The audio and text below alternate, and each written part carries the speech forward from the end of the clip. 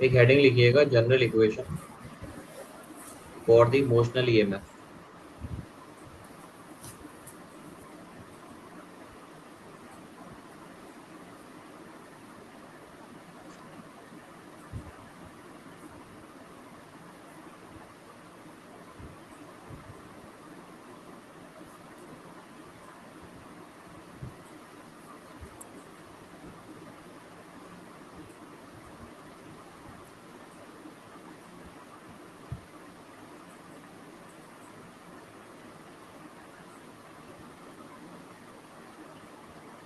General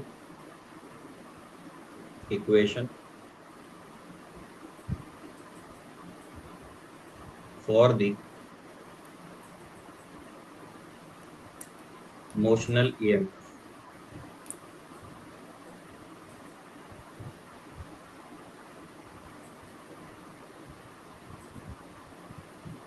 यहाँ आपने क्या करना है, इस तरीके से मैग्नेटिक फील्ड लाइंस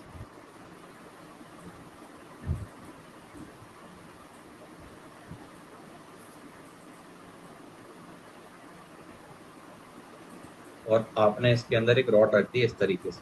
ये रॉड इस तरीके से, तो यहाँ क्या होगा,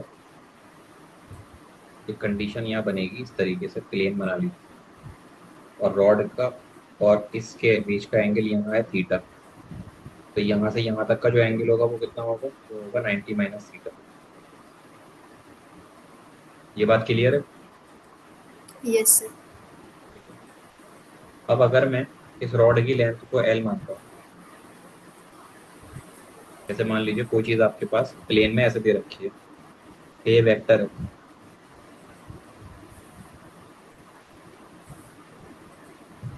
और इसके दो कंपोनेंट ब्रेक करेंगे, इसकी वैल्यू है एल। इसके जो कंपोनेंट ब्रेक करेंगे थीटा के अलोंग, वो कौन कौन से होंगे? एक तो हमारा होगा ये वाला कंपोनेंट, इसको हम बोलेंगे एल कॉस थीटा, और एक कंपोनेंट होगा ये वाला, जिसको हम बोलेंगे एल साइन थीटा। ठीक है। Yes sir. तो क्या होगा, एक हमारा एल कॉस थीटा है, एक हमारा एल साइन थीटा है।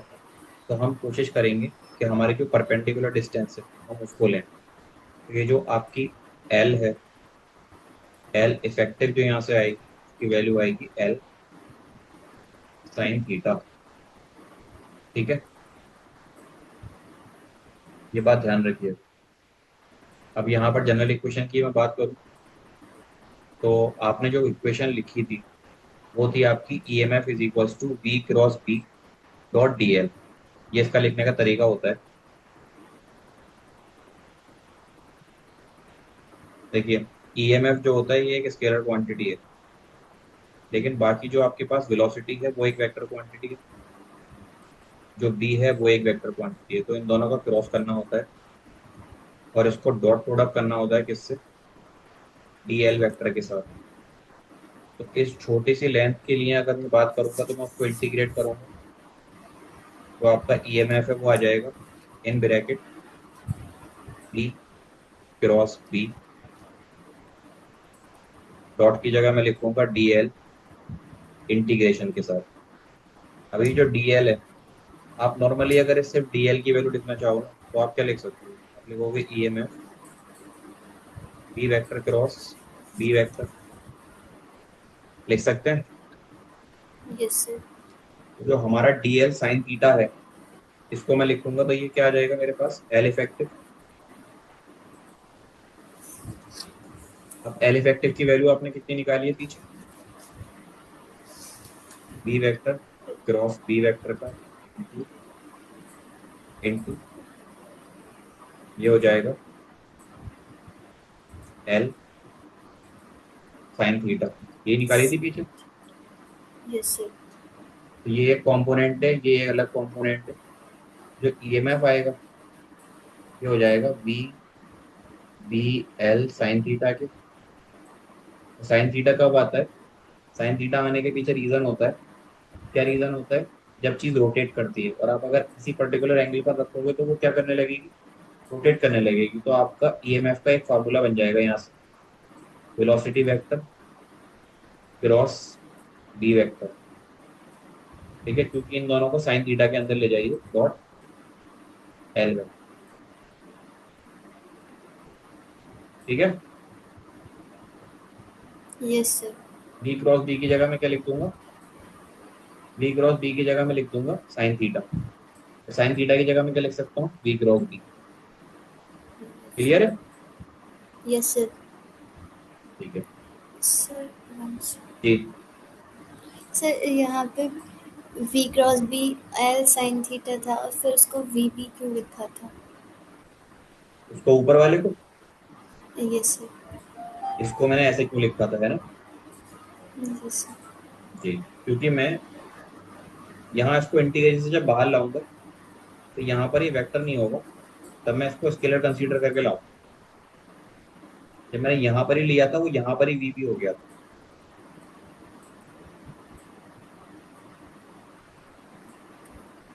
ठीक है, ऊपर तो होता है यस। क्रॉस, लेकिन मैं इसको पहले कंसीडर करूंगा इसके मैग्नीट्यूड के साथ, क्योंकि आप बाहर से मैग्नीट्यूड लेकर आ सकते हो, वेक्टर फॉर्म को नहीं लेकर आ सकते, वेक्टर फॉर्म तो वेरी करती है। अब यहाँ पर ये यस। भी क्रॉस हटा दीजिएगा, वेक्टर भी हटा दीजिएगा इसके ऊपर से आप, तो ये वी भी हो जाएगा, ये भी वी भी हो जाएगा। तो फाइनली ये वी क्रॉस वी बन जाएगा। इसको और कैसे लिख सकते हैं, ऊपर वाले तरीके से भी लिख सकते हैं, तो ये दोनों फॉर्मूले लिख दीजिएगा ईएमएफ निकालने के रोटेशन के साथ।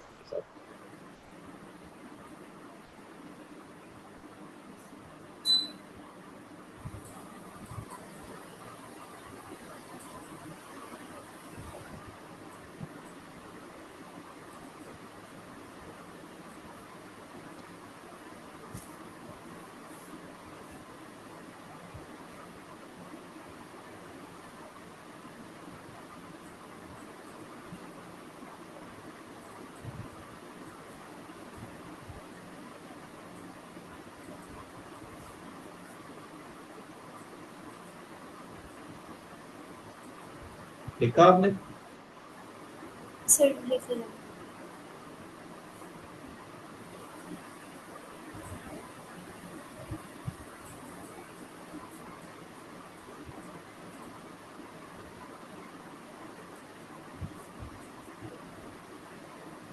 सर लिख लिया। एक और हेडिंग डालिएगा छोटी सी इसी में, उसमें लिखिएगा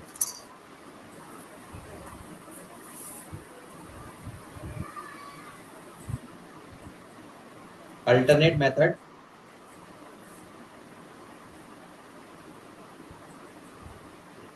फॉर ईएमएफ।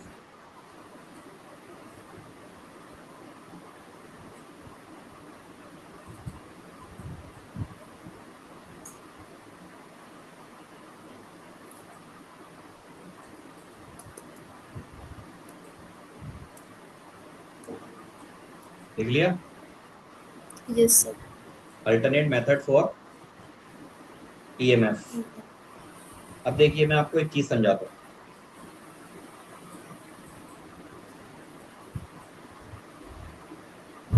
जैसे हमने ऊपर लिखा है, इस चीज को मैं यहाँ भी लिख सकता हूँ। जैसे आपने ईएमएफ लिखा, ईएमएफ इज इक्वल टू है V vector cross B vector dot DL. आपने अगर इंटीग्रेशन लिया तो ये हो जाएगा V vector cross B vector, dot की जगह मैं लिखूंगा ना यहाँ पर डीएल कॉस थीटा। अभी जो कॉस थीटा है, आप इसको लोगे ये वाली वैल्यू को, यानी कि जो ये कंपोनेंट बन रहा था आपका, ऐसे करके आपकी लेंथ रखी हुई थी, इसको आपने डीएल मान लिया। तो अगर आप इधर वाले एंगल के अकॉर्डिंग लोगे तो ये वैल्यू कितनी बनेगी हमारी, 90 माइनस थीटा, क्योंकि ये थीटा था। सर। आप इसके ना कंपोनेंट ब्रेक कर दीजिए इस डीएल के। तो डीएल का जो ऊपर की साइड जो कंपोनेंट आएगा और जो इधर की साइड आएगा, इसकी जरूरत नहीं है तो इसको छोड़ो। ऊपर की साइड जो आएगा वो क्या होगा, वो होगा DL cos theta. Cos theta की जगह आप रखेंगे 90 माइनस थीटा, रखेंगे। Yes sir. ये हो जाएगा B vector cross B vector, और ये इसको सबको आप अगर कंसीडर करेंगे तो आई इफेक्टिव हो जाएगा। आई नहीं, एल इफेक्टिव। एल इफेक्टिव, देखो डॉट हट गया यहाँ से, ये डॉट था, यहाँ अगर कॉस थीटा लगा दिया तो हट गया। अब यहाँ पर ये एल इफेक्टिव इंटू क्या हो जाएगा, इंटीग्रेशन करने के बाद कॉस थीटा की वैल्यू कितनी है, थीटा की वैल्यू है 90 माइनस थीटा। अब अगर आपको ट्रिग्नोमेट्री की प्रॉपर्टी पता है तो आप मुझे बताइए कॉस 90 माइनस थीटा क्या होता है। Sir sine theta. Sine theta. B vector cross B vector into L effective into cos 90 sine theta. अब ये साइन थीटा हो गया, एक एंगल यहाँ भी आएगा वेलोसिटी और बी के बीच में। तो आपने जब वेलोसिटी की बात की तो मैग्नेटिक फील्ड तो अंदर जा रही थी, और वेलोसिटी कैसी होती है ऑब्जेक्ट की, वो इसके परपेंडिकुलर मान लो। ये वेलोसिटी है और ये बी है, तो ये हमारा बी इसके परपेंडिकुलर आ जाएगा। ये बन जाएगा वी वेक्टर बी वेक्टर। अब अगर आप इसको इन टर्म्स ऑफ मैग्नीट्यूड लिखना चाह रहे हैं तो आप लिखेंगे वी बी साइन फाई लिख दो। बाहर क्या आएगा, L effective into sine theta आएगा। Yes sir. अब अगर साइन फाई की बात करूं तो फाई तो ये एंगल होगा ना, फाई की वैल्यू है 90 डिग्री, जो कि हो जाएगा बी बी साइन 90 डिग्री, और ये हो जाएगा L effective sine theta.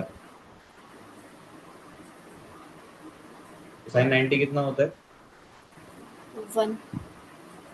Sign 90 degree होता है 1 के बराबर।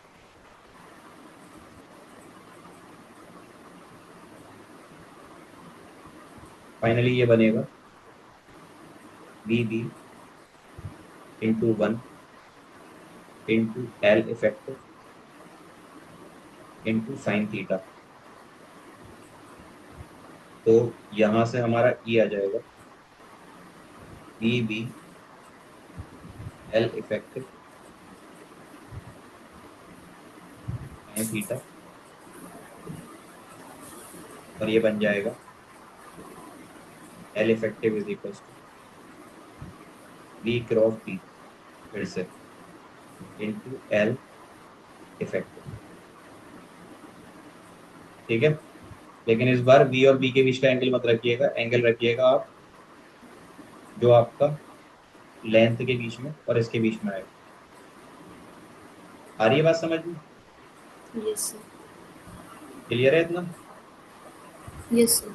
या फिर एक काम ये कीजिएगा, वीबी को वीबी ही रखिएगा, क्योंकि अगर एंगल जिसके बीच में आता है क्रॉस भी वहीं लगाते हैं, तो ये हो जाएगा वीबी ब्रैकेट क्रॉस एल इफेक्ट। अब ठीक है, sir sine theta. Sine theta cross में आ गया ना, क्रॉस कर दिया मैंने। अगर आप ओके सर। ए क्रॉस बी लिखते हैं तो वो होता है ना ए का मैग्नीट्यूड बी का मैग्नीट्यूड साइन। Sign theta. तो साइन थीटा की जगह मैंने यस ये रख दिया। नोट करेंगे आप इसको। सर। ऊपर वाला कर लिया था, यस सर। ठीक, ये अल्टरनेट वाला और कर लीजिए, मैं पूछ रहा था।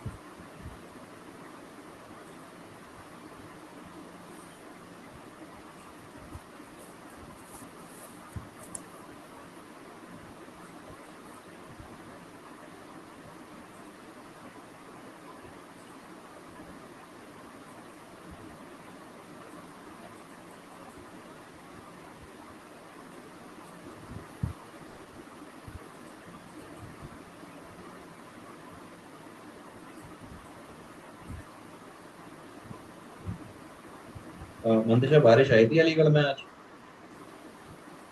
सर आज नहीं।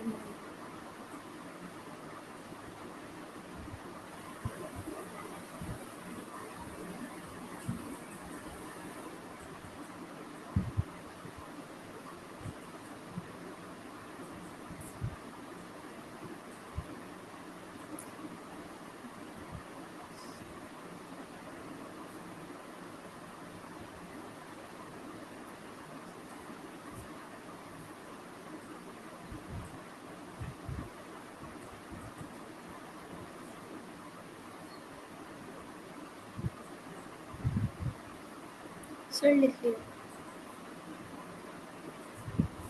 एक दो पॉइंट लिखिएगा।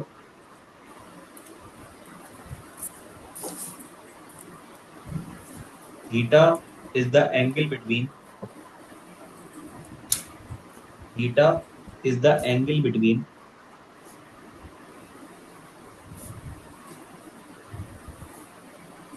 velocity and the effective length vector. Theta is the angle between velocity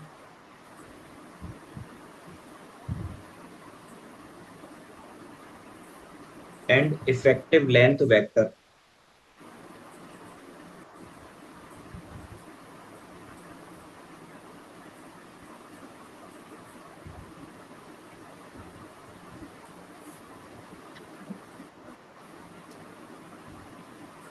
Theta is the angle between velocity and the effective length vector. लिखा? Yes sir. ठीक है। अब आप एक और हेडिंग लिखिएगा, मतलब हेडिंग नहीं है, जो आपने पढ़ा है ना, इसकी डायरेक्शन भी निकालनी होती है, वो किधर की तरफ मूव करेगा। तो हेडिंग डालिएगा छोटी सी direction.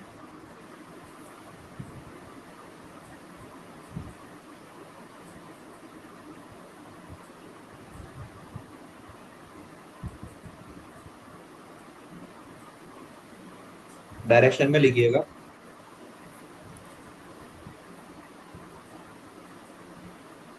If you put your palm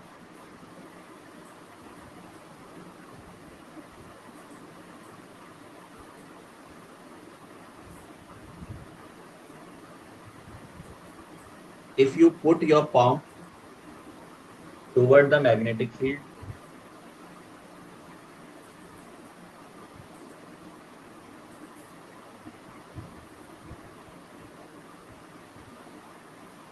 comma लगाकर लिखिएगा finger toward the velocity,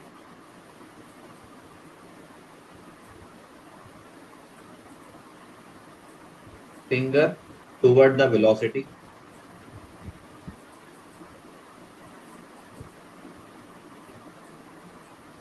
then thumb will give the direction of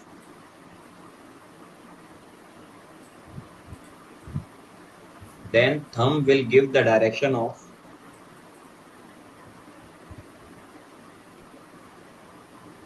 L effective, then thumb will give the direction of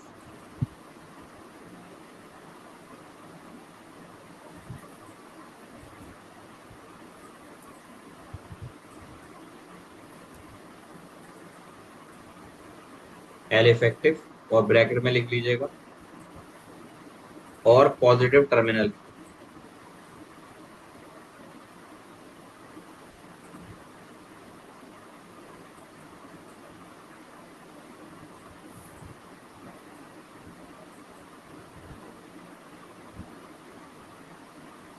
लिख लिया? Yes sir. ठीक है। अब एक दो सवाल कर लेते हैं ताकि समझ में आ जाए वो। तो एक हेडिंग लिखिएगा find the motional EMF. Sir heading और क्वेश्चन। क्वेश्चन है, question. Find the motional EMF for the following cases.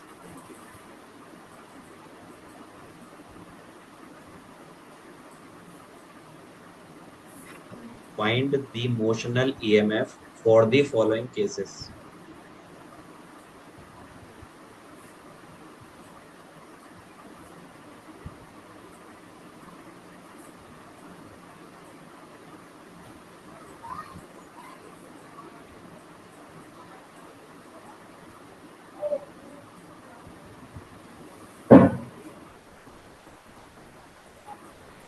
लिख लिया? Yes sir. ठीक है।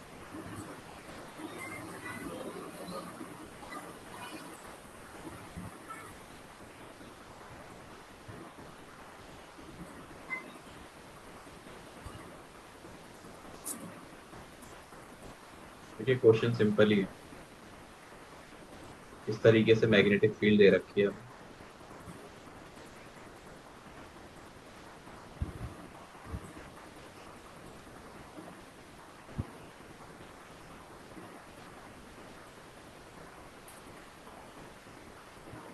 ठीक है। और जो आपकी इफेक्टिव लेंथ है वो दे रखी है, लेकिन वो इस तरीके से नहीं है जैसे स्ट्रेट लाइन की फॉर्म में दे रखी हो। इस बार आपको वो एक कर्व फॉर्म में दे रखी है। ठीक है। तो कर्व फॉर्म में अगर मैं उसको बनाऊंगा तो मैं उसको ऐसे करके बनाऊंगा, ये हमारा एक कर्वेचर बन रहा है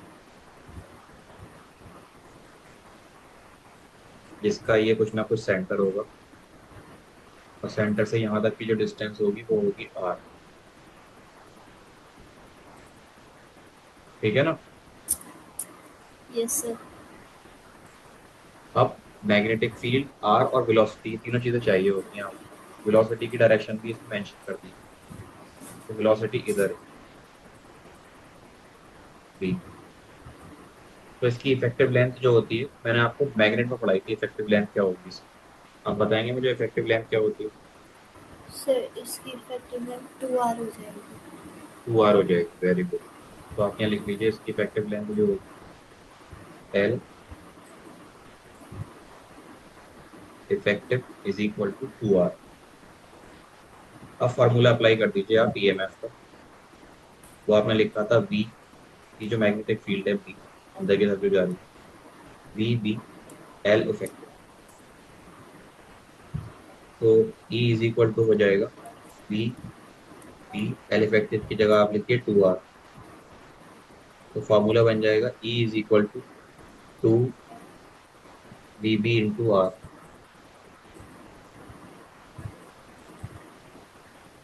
ठीक है। Yes sir. ये बात समझ में आई आपके प्रॉपर? Yes sir. एक और सवाल मैं कराता हूँ।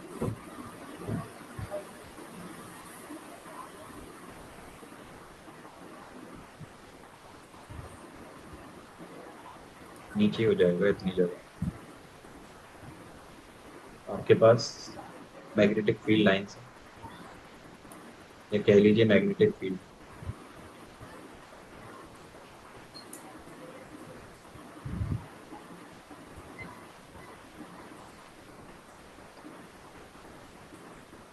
और यहाँ पर ना इस बार जो लेंथ दे रखी है वो इस तरीके से दे रखी है, ऐसे और ऐसे रखी हुई है। इसकी वैल्यू है एल, इसकी वैल्यू भी एल। ये है 60 डिग्री। तो ये 60 डिग्री है, तो यहाँ से ना आपको इसकी वेलोसिटी दे रखी है इधर की तरफ। यहाँ पर है ये मैग्नेटिक फील्ड अंदर की तरफ जा रही है बी। अब आपको एल इफेक्टिव निकालना है, तो यहाँ से ना एक इक्विलेटरल ट्रायंगल जैसा बनेगा, क्योंकि ये भी एल है और ये भी एल है। अगर मैं इसको ज्वाइन कर लूँ तो यहाँ एंगल जो आएगा एक्स और यहाँ जो एंगल आएगा वो एक्स। ये कितना है पहले से 60। तो आप इसको जोड़िए 60 + X is equal to 180 degree. ये हो जाएगा 60 + 2x is equal to 180 degree. हमारा जो 2x आएगा वो आएगा 180 डिग्री -60 डिग्री, यानी कि 120 डिग्री। ये हमारा 2x, तो x की वैल्यू कितनी हो जाएगी? 60 डिग्री। ठीक है। Yes sir. तो अब x 60 हो गया, तो ये भी एल भी हो जाएगी, क्योंकि ये इक्विलेटरल ट्रायंगल बनेगा।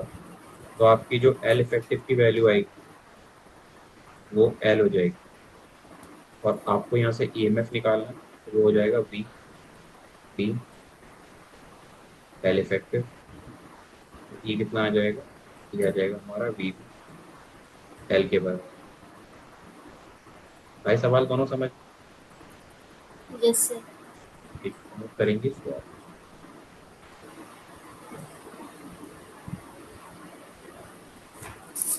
ऊपर वाला अलग सवाल है, नीचे वाला अलग सवाल।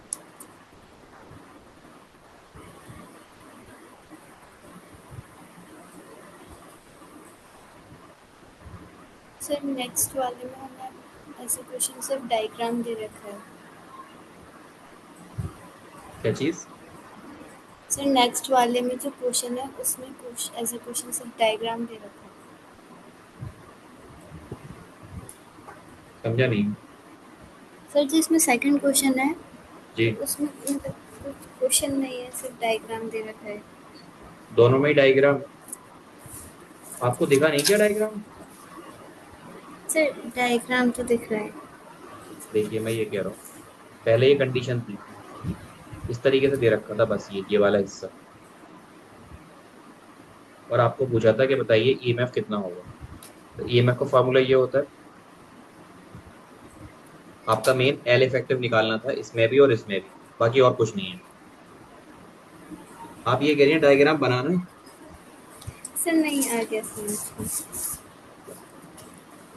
नहीं, अगर नहीं आया तो पूछ लीजिए, बता दूंगा। सर नहीं नहीं आ गया।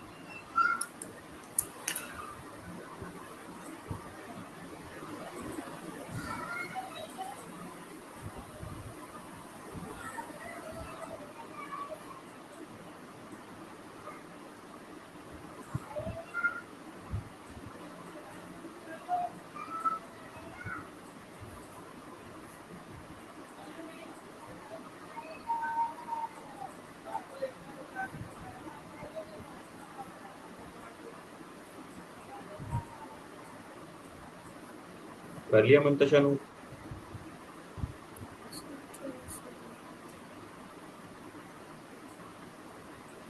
कर लिया? सर कर रहे हैं।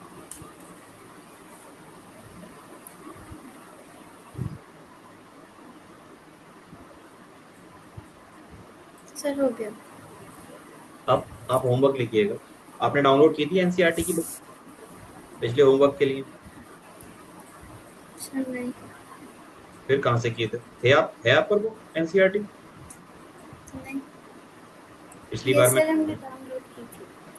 क्या? सर की थी डाउनलोड। देखिए, आपको एग्जाम्पल करनी है 6.6 और 6.7। ये एग्जाम्पल है, और एक्सरसाइज से जो करना है वो आपको करना है 3 क्वेश्चंस। चार है, 4, 5, 7 एंड 10। 6.4, 6.5, 6.7 एंड 6.10, जो हमने पढ़ा है ना अभी तक पिछली दो क्लासेस, ये फॉर्मूला मेन है, उससे ये चार एग्जाम एक्सरसाइज हो जाएंगे। तो जो हो जाए ठीक है, नहीं हो आप नोट करके रखिएगा, मैं जब चैप्टर के आगे जाऊंगा किसी भी दिन उसको सॉल्व कराऊंगा। ये बताइए, अच्छा इसमें कोई चीज समझ में नहीं आई तो बताइए। सर, ये आ गया समझ। अ, अब ये बताइए चीजें, जो आप 1 मिनट रुक जाइए, रिकॉर्डिंग ऑफ